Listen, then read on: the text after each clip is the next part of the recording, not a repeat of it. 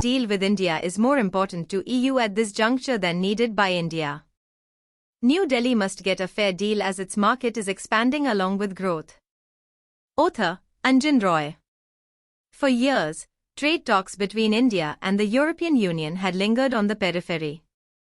When it all began, EU had posed high and mighty and refused to back down on India's issues, be it for protection of India's small and marginal farmer against onslaught of cheap European farm products, or India's right to call its own home-produced whiskies in that name even. However, time can change perspectives and compulsions completely. It is India which is now getting all the attention from the until now utterly snooty Europeans. So much so, that the chief of European Commission, Ursula von der Leyen, herself announced from the vaunted platform of World Economic Forum that a trade deal would be signed with India next week. In her enthusiasm, or desperation, she described the trade agreement with India as a mother of all trade deals. It will be a deal for the old continent with a forward-looking, robustly growing, innovative and, often called talented, India. Von der Leyen referred to the deal encompassing close to 2 billion people and accounting for 1/4 of global GDP. What were the compulsions for EU now? The Europeans are today painted into a corner. After all, their most trusted ally and protector, America, appeared to have reneged them. Since Donald Trump became the US president for the second time, the Americans have lost no opportunity to disparage the Europeans. Trump himself time and again drew pointed attention to Europeans riding piggyback for decades on American strategic defense. The Europeans have not been spending on their own defense and been depending on the fat American budget to buck up their defense. Trump wanted European countries to pay for their own defense, rather Americans paying for it. As if Trump's rebuke was not enough, worse came from his accolade, Vice President J.D. Vance, followed up with invectives about Europe's impotence in the face of a Russian aggression. Trump himself had insulted the British Prime Minister in session at the Oval Office in the presence of his pet press. Others had also followed with blank insults and admonitions. But for Europe, the alternatives are worse. Russia is gaining in Ukraine and increasingly threatening rest of Europe with dark words of war. In the present situation, Russian friendship cannot give any solace from Trump's insults. The other big player, China, brings no comfort. If at all, China is proving to be an existential threat to Europe's economy. Chinese electric cars have been blowing up the long-established automobile markets in Europe. Hallowed names in auto industry, BMW, Mercedes, Volkswagen or Renault are hardly able to withstand Chinese competition. In steel, China is flooding the market with far cheaper products. A deal with China, free trade or even a limited trade, is at best suicidal.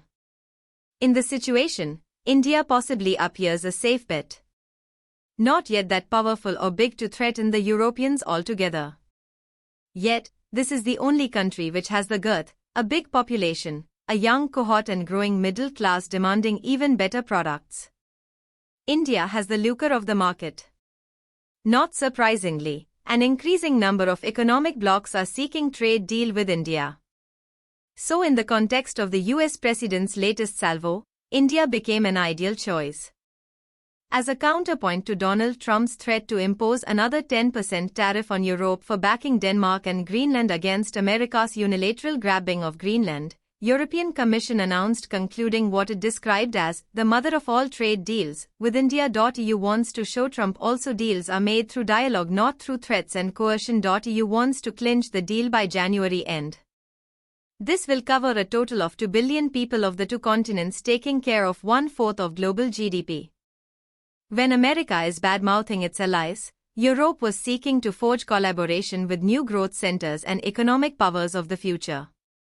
In this new power play of geoeconomics, India has assumed a central position in EU's calculus. The two sides have been working on the deal for a long time, but it was fast-forwarded at this point of time crucially to send out messages to America. From the pulpit of World Economic Forum, which is the gathering of the high and mighty of the world economic players from heads of multinational corporations, bankers, financiers, and decision-makers. From that platform, Von der Leyen was seeking to convey a message which was directed at the USA in the context of its latest assault on Europe from none else than Donald Trump. Von der Leyen said that Europe was looking forward to establishing a comprehensive economic relations with India which was making rapid progress. She observed that Europe was taking advantage of the vast growing markets of India for a variety of products at the same time offering its best to India. As the Indo-US trade dialogue is in limbo, von der Leyen pointed out that with this trade deal between the two, EU would gain the first-mover advantage, with a region which was moving extremely fast and providing rising economic and strategic opportunities. As a result of the Indo-EU trade deal, whole range of products from Europe would find entry on the basis very low tariffs which would throw open vast segments of the bulging middle-class market in India. At the same time, EU has been sensitive to India's trade concerns. In view of the sensitivities, the Indo-EU would not cover the farm sector, sugar industry and several other products. High tariffs on European spirits and wines would be reduced by India, whereas some of Europe's GIs would be left out of the trade deal. The announcement highlights the need for fast movement and a new order based on the recognition of realignment of the world economy. There is no doubt that India is a far more important player than many of the European countries which have been dwarfed in the 21st century.